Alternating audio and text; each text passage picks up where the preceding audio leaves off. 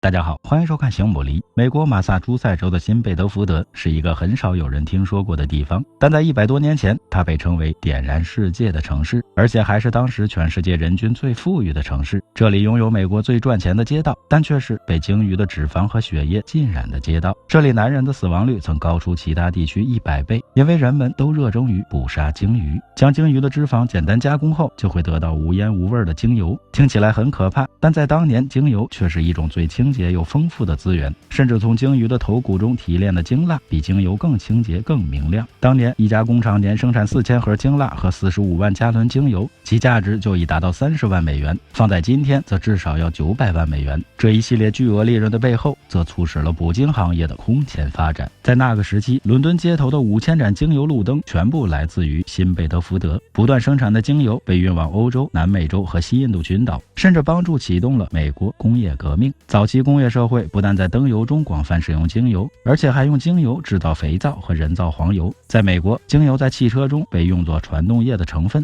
在英国，精油又被当作机械制造的高品质润滑剂。随着精油产业的快速发展，1847年，新贝德福德正式成为了一座城市，并同时成为全世界最大的捕鲸港口。第一艘捕鲸船于1767年就已建成，到1857年则达到最高点324艘。就在这一年，新贝德福德骄傲地喊出了“我们照亮世界”。在其鼎盛时期，捕鲸业甚至影响到了整座城市，包括滨海产业、时尚、建筑和文化。但从此之后，捕鲸业却开始一步步地走向了衰落。宾夕法尼亚州发现了石油，人们赶去加利福尼亚淘金，船舶保险费飙升，煤油成为精油的廉价替代品。然后在1879年，则爆发出了最致命的一击，那就是托马斯·爱迪生发明了电灯泡。在1925年，最后一艘捕鲸船驶出了新贝德福德。目前新贝德福德有10万居民，其主要收入则来自于旅游业和渔业。城市中的国家捕鲸历史公园是游客们到访最多的地方，尤以新贝德福德捕鲸博物馆最为著名。现在的贝德福德最引以为傲的是扇贝，这也使它成为了当今美国最高价值的渔港。关于新贝德福德捕鲸的故事，似乎也可以说是美国经济诞生的故事。无论好坏，新贝德福德也确确实实曾点燃并照亮了整个世界。来自旅行展念姿势有什么问题请留言，欢迎转发点个赞。最后别忘了下期内容更精彩，我们形影